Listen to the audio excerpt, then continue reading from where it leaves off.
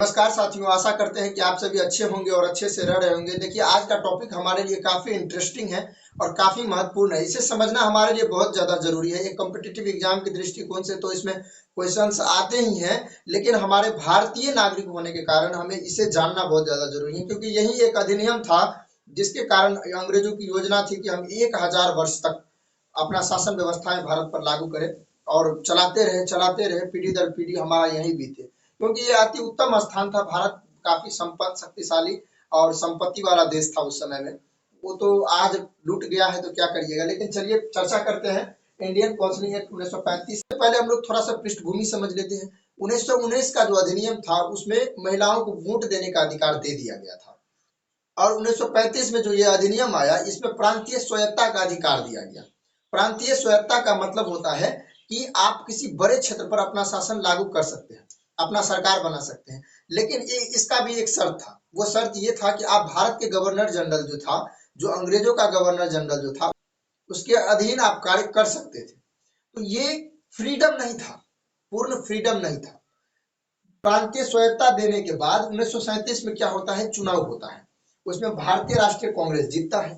भारतीय राष्ट्रीय कांग्रेस जीतता है, लेकिन उसको फ्रीडम तो था नहीं, वो सही से कार्य नहीं कर पाता था। इसी के बाद क्या होता है, 1939 में उसका सरकार गिर जाता है। ठीक है। अब हम लोग एक साइड में समझते हैं अखिल भारतीय संघ की स्थापना। देखिए, 1935 के अधिनियम के अनुसार अखिल भारतीय संघ की स्थापना किया गया। इसे स्थापना करने के बाद राज्यों एवं रियासतों को 3 सूची में बांटा गया।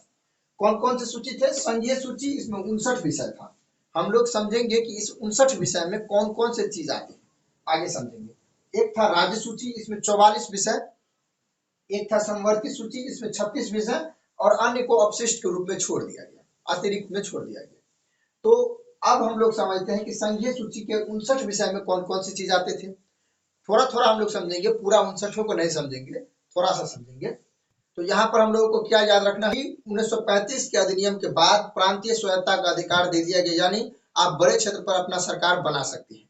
लेकिन उसका भी एक शर्त था। वो क्या कि आप भारतीय गवर्नर जनरल के अधीन कार्य कर सकते थे। उस समय अंग्रेज का गवर्नर जनरल होता था, तो उसके अधीन कार्य कर सकते थे, फ्रीडम नहीं था।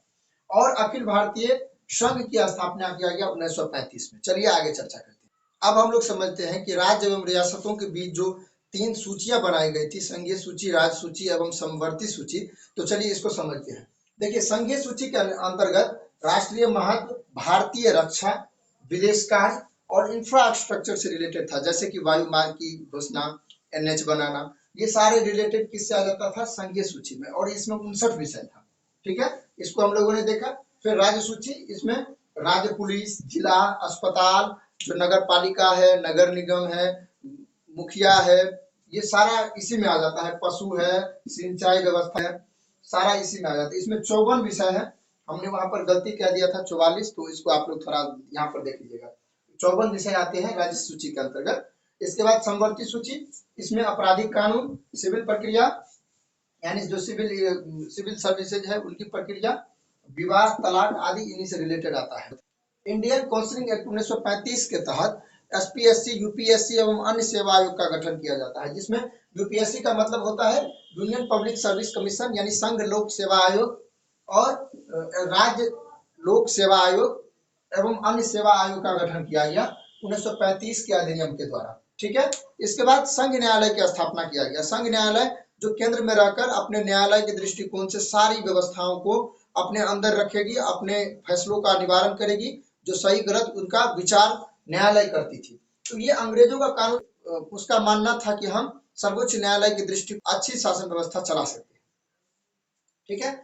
इस संविधान का ब्लूप्रिंट इसलिए कहा जाता है क्योंकि इसका 80% भाग संविधान में लिया गया है। जरा आप सोचिए कि जो अंग्रेज अपने दृष्टिकोण से कानून बनाता हो, उसका 80% अगर भारतीय संविधान में लिया गया हो, सेम टू सेम, थोड़ा सा भी डिफरेंस नहीं, तो क्या वो लगता है कि आपको भारत शासन व्यवस्था सही से काम कर रही है अभी वर्तमान भारतीय संविधान? अगर आपको लगता है यह सही है तो आप हमें कमेंट में बताइएगा, और नहीं तो आप अपना विचार जरूर दीजिएगा। और आशा करते हैं कि आप सभी इनसे संबंधित बातों को समझ गए होंगे। और यही एक अधिनियम था जिसके अनुसार 1935 के बाद कहा जाने लगा कि भारत कभी आजाद हो ही नहीं सकता है, यह मानना था उस समय। लेकिन देखिए, ऐसा होता है कि घमंड करने वाले की घमंड टूट जाता है। भारतीय सपूत में इतना दम था कि उन्होंने अंग्रेजों को उखाड़ कर फेंक दिया। लेकिन बाद में क्या होता है, सत्ता का लोभ आ जाता है हमारे भारतीय नागरिकों में भी, मुस्लिम लीग में जो अली जिन्ना था उसमें भी। तो इस तरीके से क्या होता है, भारत का विभाजन नहीं रोक पाता है। जैसे भारत पाकिस्तान अलग हो गया तो इस तरीके से नहीं रोक पाता है। लेकिन जब एक था जैसे 1905 में, तो बंग भंग आंदोलन के दौरान एक होकर बंगाल को टूटने नहीं दिया, समझे ना। तो ये बहुत महत्वपूर्ण है, एकता बनाए रखना। लेकिन सत्ता का लोभ आने से देखिए इतनी बड़ी बात हो गई है। तो चलिए, बहुत बहुत धन्यवाद आप सभी का, और इसी तरह से वीडियो में बने रहिएगा, और जो भी प्रॉब्लम हो उसे कमेंट जरूर करिएगा, और लाइक सब्सक्राइब सभी करिएगा।